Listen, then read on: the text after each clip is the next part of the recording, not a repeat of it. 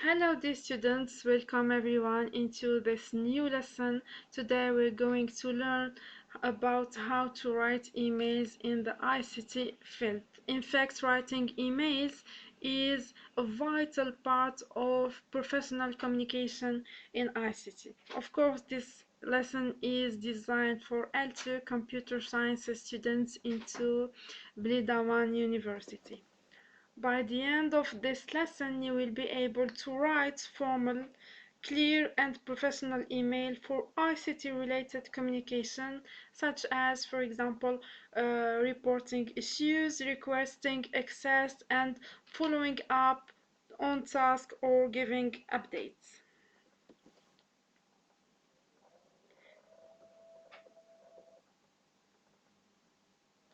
Email is one of the primary modes of communication in ICT industry. Writing clear professional emails is crucial for conveying messages effectively and building positive relationships with colleagues, clients, or partners. In an ICT context, email can be used for various purposes, such as, for example, reporting technical issues, requesting support, or providing updates on projects.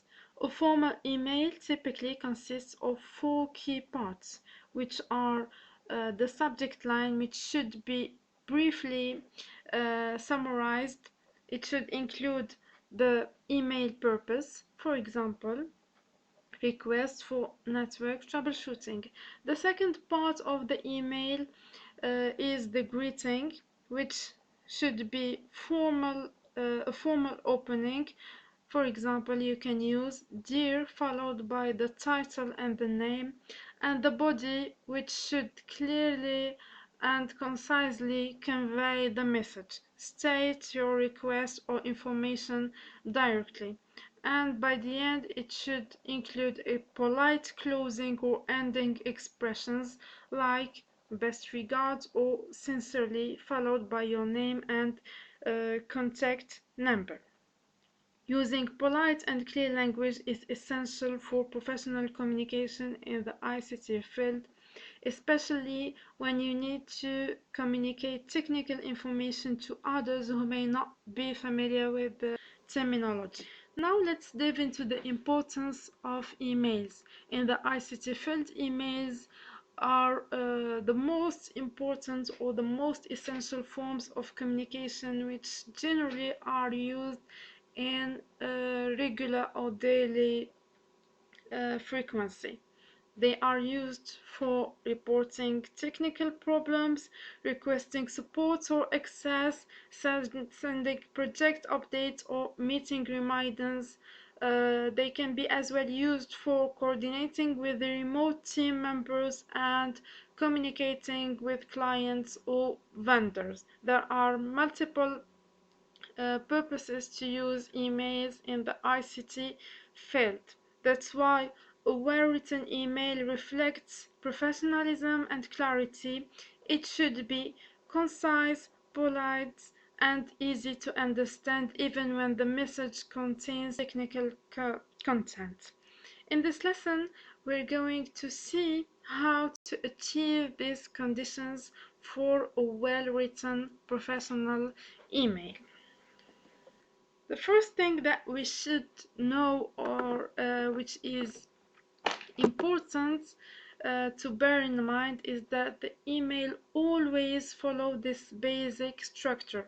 It contains four important parts, which are the subject line, greeting, the body, and the closing. For the subject line, it should be kept short, using maximum between 5 and 8 words, and clearly state the email's topic, so the reader or the receiver may know the importance or the urgency of the email just by reading the subject line before opening it.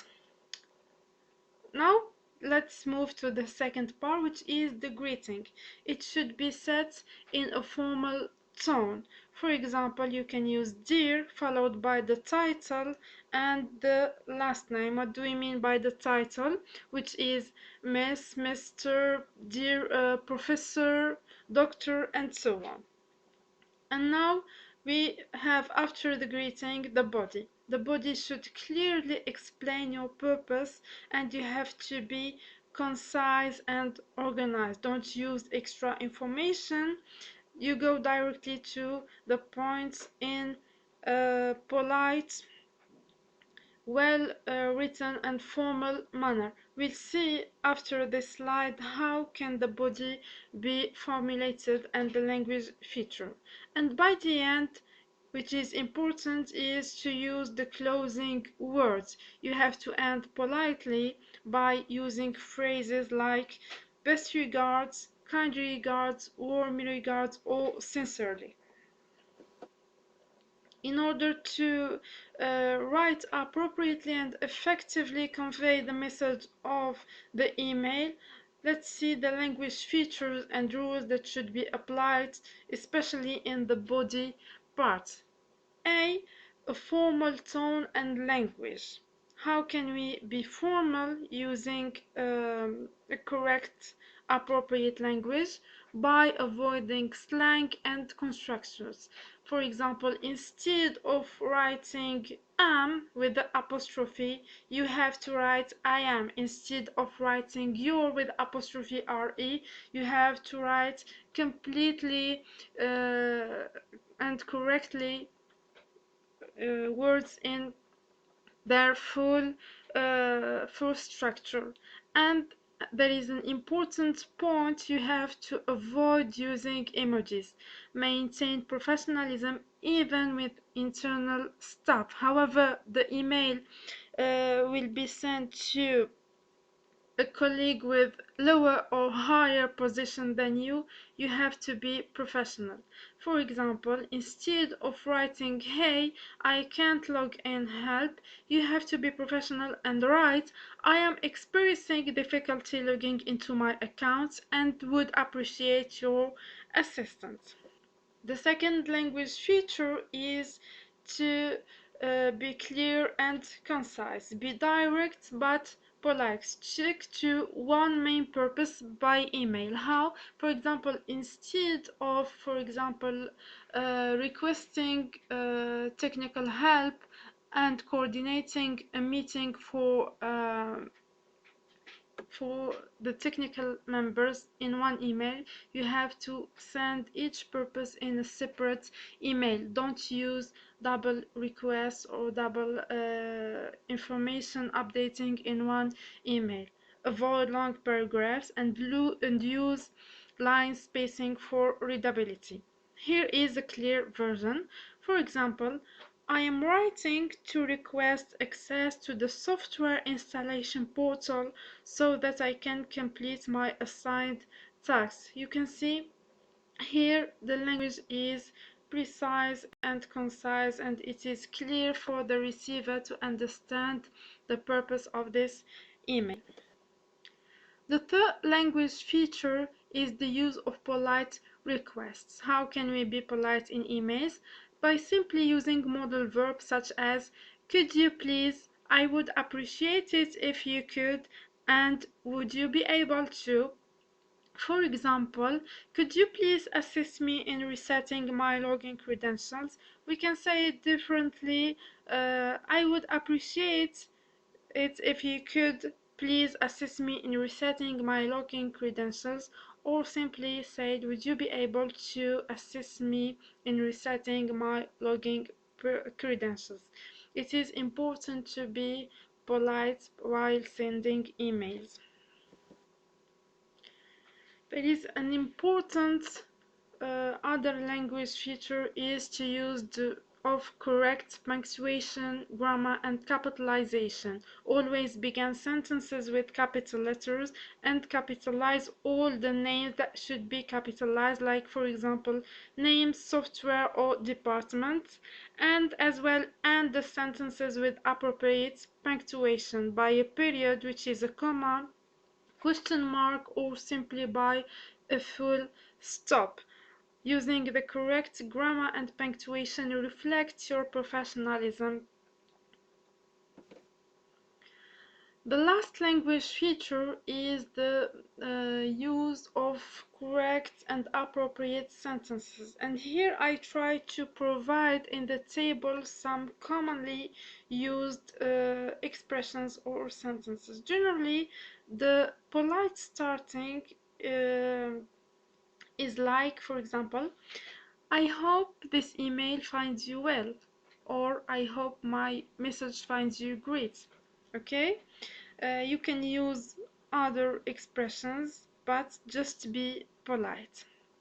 The starting of the purpose, you just directly dive into your purpose and be direct into the point. You can use the expression I am writing to request, or I would like to inform you. It depends on what are you writing your email for. For example, I am writing to request assistance, to inform you about the next meeting, and so on. If you are making a request, you can use these polite expressions. Could you please, or would it be possible to? Those are just examples which are not limited to this, but you can use these expressions. Some emails are used for offering help, so you can use the expression, please let me know if I can assist you. And the ending should as well be polite. You can use, for example, thank you for your support, I appreciate your time, or thank you for your time, and so on. And after that, you have to put the closing words, which are regards or sincerely. Here are some examples of well-written ICT emails in a professional manner. The first example is about requesting system access. A second email which is about following up on an issue. I want you please to pause the video later and read these emails carefully. I want you to check each part. I want you to check the subject line, the greeting, how is the body formulated, and what's the purpose of this email, and the closing words and how it is ended. Okay? After learning how to write emails appropriately and effectively, now let's see some common mistakes to avoid and how can we change them by a better practice. The first mistake is to start the greeting by using hi, which is informal. You can use dear followed by the title or the name. If the receiver is unknown, you can just use the title, or you can use dear to whom it may concern. Another mistake which is no subject line. So the reader may neglect the email when it doesn't contain any subject line. Always write a short, informative subject. Okay? And the second mistake that you may fall into is using text speak, like for example abbreviating words, for example writing please and you in this manner, which is an impolite language. Write full words like please and you, and make sure that they are correctly spelled and the sentences are in correct grammar. The last mistake, which is to miss the closing or the names. Always remember to end with best regards and your name. You may as well add your contact information. So the receiver may need you for further information, so he can call you or just text you to reply or to communicate the purpose of the email. In order to practice what we have learned in this lesson, I wish from you to complete the 3 activities. In the first activity, you have to correct the email which is written in a wrong inappropriate manner. In activity 2, I want you to write an email to your supervisor requesting permission to attend a training session or new software. And in the last activity, I want you to fill in the blank with the appropriate missing expressions or words.